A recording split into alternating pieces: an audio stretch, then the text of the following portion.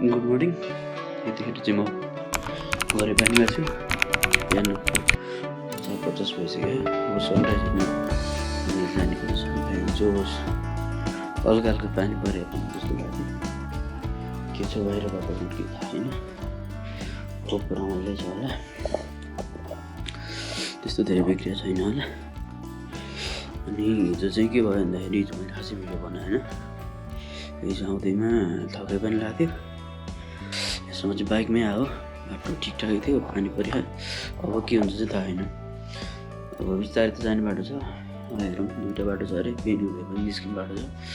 अनि अर्को भनेको यता हिजो आएको छ उल्लेरी, नयाँ पुलबाट उल्लेरीबाट उल्टाटी हुँदै आउने बाटो पनि छ। अब पानी धेरै नै परेर रहेछ भने चाहिँ एकछिन वेट गरेर झर्नुपर्छ, होइन भने त ठिकै छ। बेसी के हेरौँ न, अब गाडीहरू पनि आउँछ नि, त्यही हुन्छ थाहा हुन्छ। सुन्न अबको चाहिँ यात्रा भनेको चाहिँ अब जानु पऱ्यो। See you guys in the way.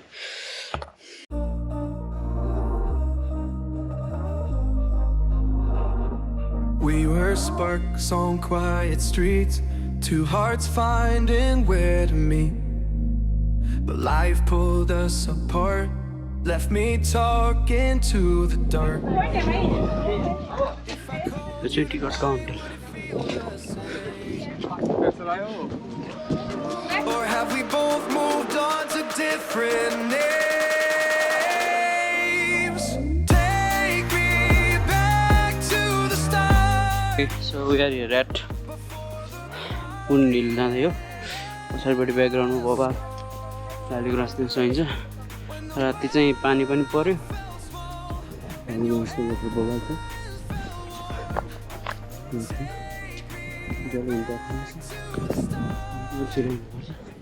Almost near नजिक छौँ।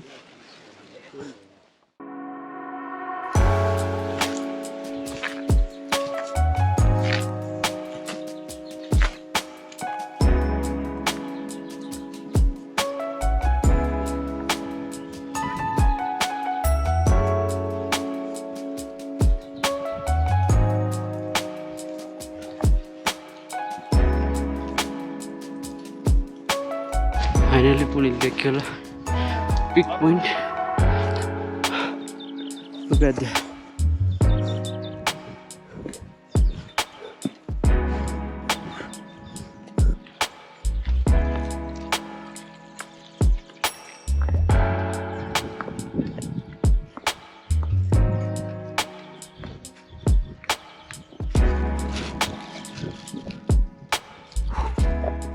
This is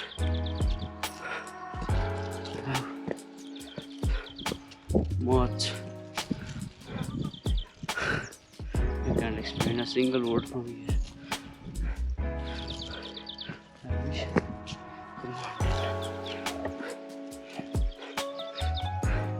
हिमाल पनि खुल्ला छैन। त्यो साइडमा पुरै हिमाल देखिन्छ। This also, but unfortunately, भनौँ यहाँ चाहिँ कुहिरो लागेको छ पुरै। आई विस कुहिरो खुलियोस्।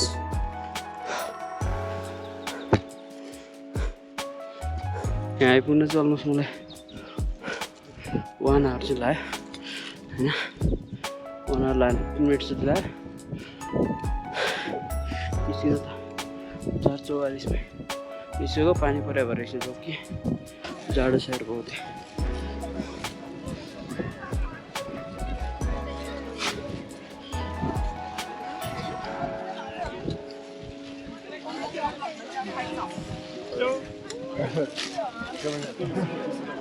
मान्छेहरू चाहिँ बिहानबाट चहल पहल देख्न सकिन्छ।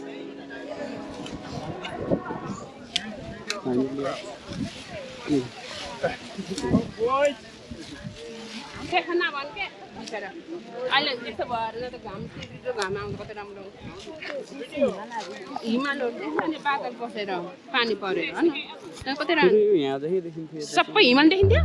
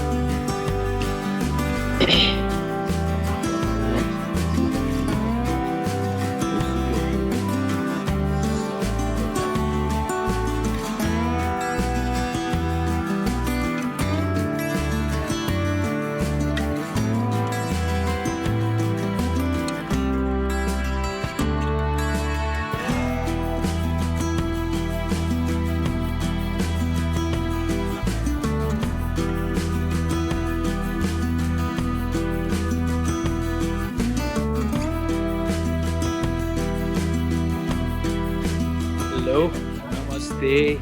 My name is Bimal Nepali. This is Pune, the edge of the and the height of this place is 2,200 meters from sea level. Like pilot.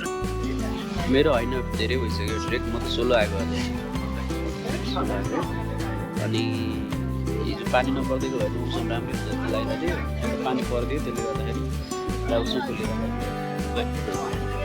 Suggest everyone of the world to visit this place so you can see all the Himalayas.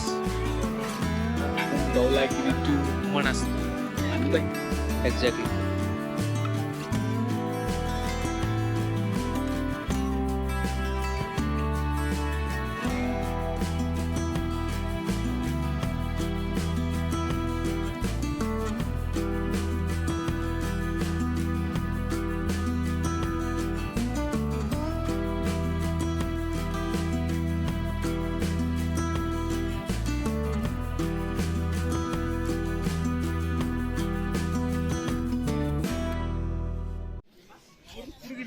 This is the view of Pune. यो चाहिँ 46 को view हिमाल खोलिरहेको and lots of people are here to see the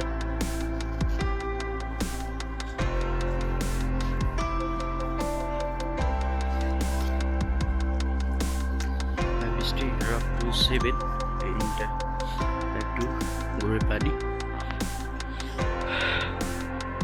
Big view, you can see the rising sun. Amazing. The trick from cloud.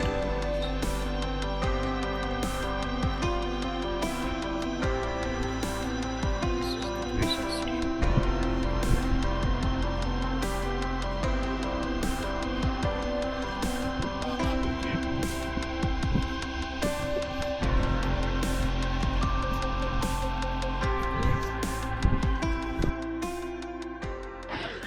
So guys, म चाहिँ 1 घण्टा बसिसकेँ अलिअलि खुल्ली नखुल्ली हुँदा हुँदै यति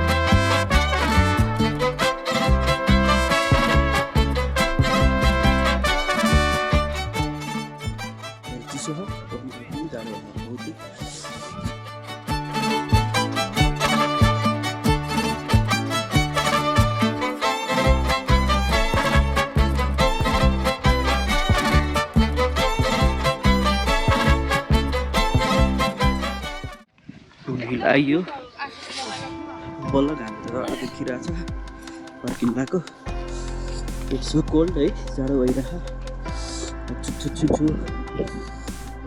टुङटुङ रङ झार्नु पर्यो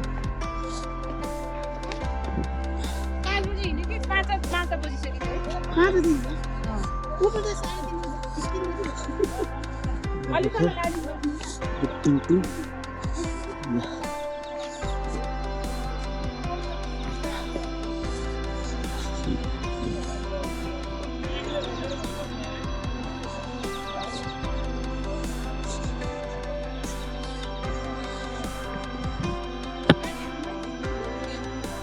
Finally, solo punya. Oke, sama यात्रा एकदम बवाल रह्यो। अब रिमेन के हो भने चाहिँ म पुग्छु राइड गर्नुपर्ने छ पानी बाटो त्यो भिडियोहरु हैन त्यो टुकेमा फोकेमा अनि टिमहरु बल्ल बल्ल आउँछ म टिममा जोडेर चाहिँ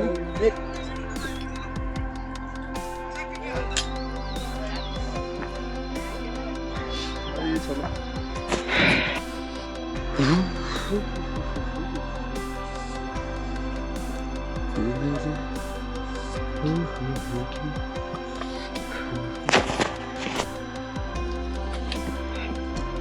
झर्दैछु आधा आधी झऱ्यो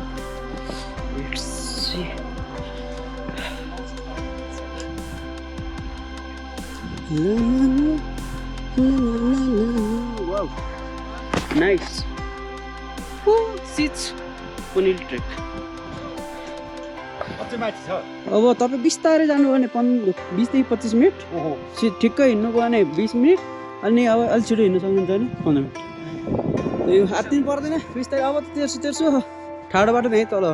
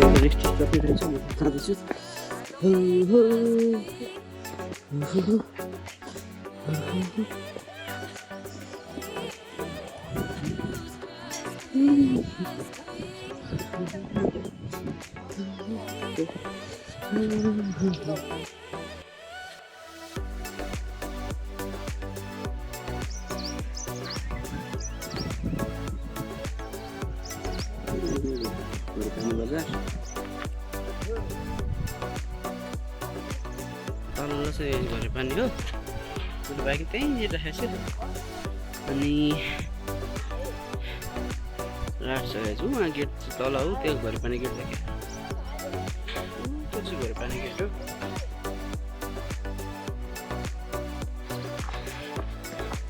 अहिले चाहिँ म ट्याक्क काउन्टरनिर आइपुगेँ है ल This is the gate from where we start our trek to Poon Hill.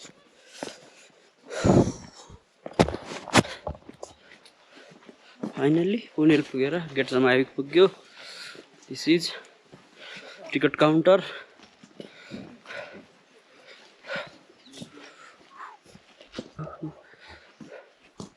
This way or this way. राति परेपछि नचिराइछु त्यहाँ अड्क्या रहेछ घरे पानी आइपुग्यो गाइज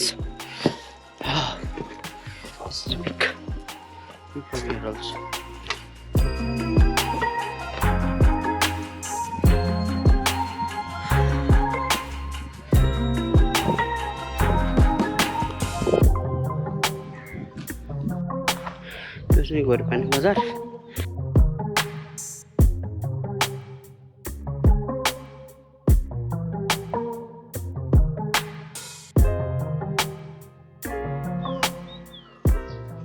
यो म बसेको चाहिँ हो है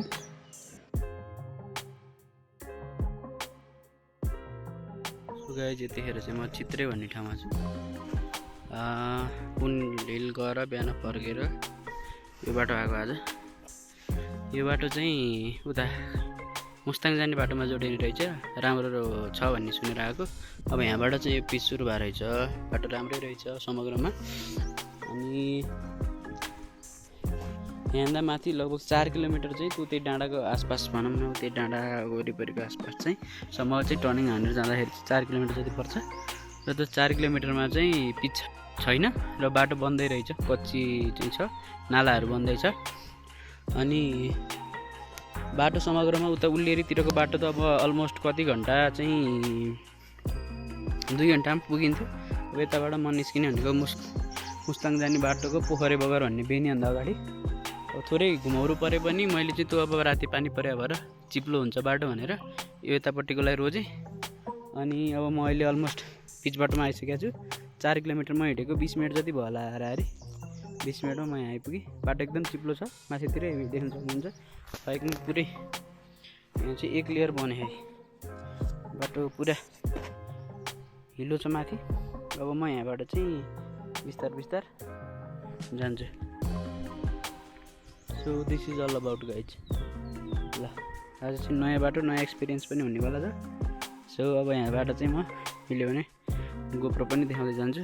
यहाँबाट अब शिखा, यो चाहिँ घारा शिखा के हुँदै अब हामी पोखरी बर निस्किन्छ। त्यहाँबाट चाहिँ बेनी गएर बेनीबाट बागलुङ हुँदै, बागलुङ भन्दा बेनीबाट मालडुङ्गा हुँदै कुसमा निस्केर अनि पोखरा जाने हो। सो यही नै हो गाइज। अहिले चाहिँ कति बजी घडीमा 9:40 भइसकेको छ। तत्त्वपानीतिरको बाटो हो यो, पोखरी बगर निस्किने। अनि बाटो अलमोस्ट राम्रै छ अरे भन्ने हल्ला सुने। अब पिच आइसक्यो, 4 किलोमिटर मात्रै बाँकी छँदाखेरि बाटो पिच रहेछ। इट फिल्स वाउ होइन, ठाउँ ठाउँमा अब त बिग्रियो होला बाटो, पक्कै पनि अब जस्तै यहाँ आइसक्यो बाटो बिग्रेको। बिग्रे पनि समग्रमा त्यो बाटो चाहिँ राम्रै छ अरे। अब मलाई चाहिँ अलिकति घुमाउनु पऱ्यो। 2 घन्टा पोखरा पुग्नु, 5 घन्टा लाउनुको पोखरा पुग्नु। That's the point.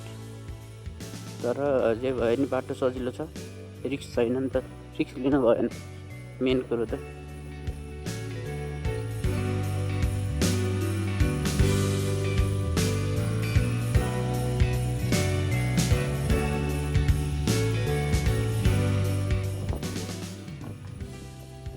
सोलोको एउटा फाइदा भन्छु, एउटा बेफाइदा भन्छु। सोलोको एउटा फाइदा भनेको चाहिँ only you can do, you can finish. अब 2 जना हिँड्ने बित्तिकै के हुन्छ त, अब साथी सक्ला नसक्ला होइन, बाटो अप्ठ्यारो होला नहोला, हिँड्ला नहिँड्ला, कुराहरू लड्सप हुन्छ क्या। सोलोमा फाइदा चाहिँ त्यो भयो होइन। अब बेफाइदा भनेको चाहिँ सोलोमा चाहिँ ट्याक्क अब बोल्ने मान्छे कोही हुन्न, एक्लै लखत। तर यो चाहिँ मेरो फर्स्ट सोलो राइड अनि ट्रेक पनि हो है। सोलो राइडमा चाहिँ फाइदा त एउटा भनिहाल्यो। अर्को कुरो के हुन्छ भन्दाखेरि चाहिँ आत्तिनु चाहिँ पर्दैन कि। सोलोमा नि मान्छेहरू मजाले भेटिन्छ। मैले 4-5 जना मान्छेहरू भेटेँ होइन। हिजो जाँदाखेरि भाइहरू भेट भए, भाइहरूसँग अब गफसफ भयो होइन। अनि ग्रुपमा हिँड्दाखेरि चाहिँ के हुन्छ भने आफ्नो ग्रुप मात्रै हुन्छ, बाहिरको मान्छेहरूसँग घुलमिल हुन पाइँदैन। सो त्यही नै हो। म बालाई सोध्छु, बा पोखरी बर निस्किने यही होइन, सजिलै है बाटो? हस् बा, थ्याङ्क यू। ल कन्फर्म गर्दै जानु पऱ्यो नि त, नयाँ बाटो भएपछि। कहीँ चाहिँ बाटो अप्ठ्यारो पनि रहेछ, ठाडो उकालो हो र पहिरोले गर्दाखेरि हो।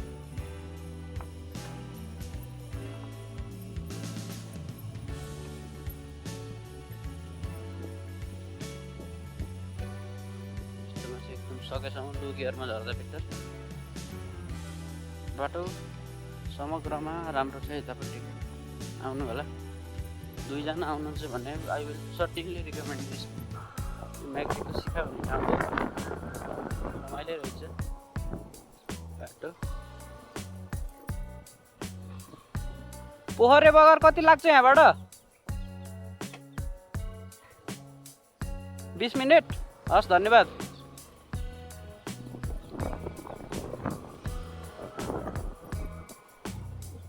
बाटाहरू बन्दैछन्।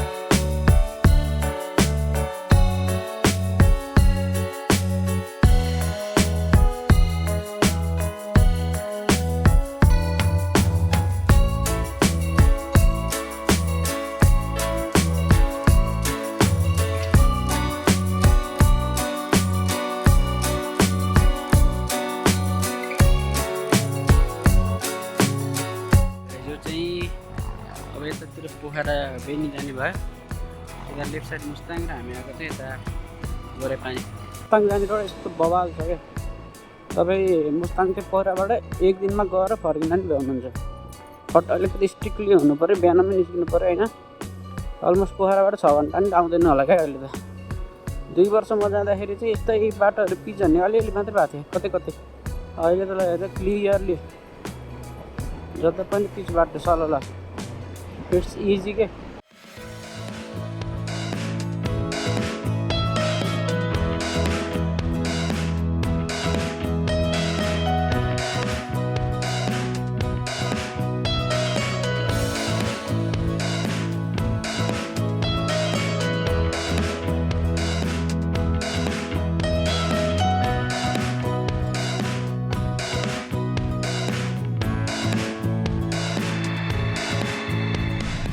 यो चाहिँ गाइज कलेश्वर महादेव मन्दिर है अब यता त गएन एउटा दर्शन गर्नु नमो शिवाय ल म चाहिँ यतातिरबाट आउँदै थिएँ ट्याक्क बाटोमा मन्दिर अहिले त मौसम बवाल खुले है गाइज यो हर महादेव तो तिमी बजार गाइस है गइले त बजार जता माया उतै छ नजर तिरो मेरो जलेर मलाई गाइस दिन बजारबाट पनि म अगाडि बढ्छु टार्गेट पोखरा तिमी बजार यति कति बज्यो हेरौँ अब 11:30 अझै मसँग 2.5 घन्टा टाइम छ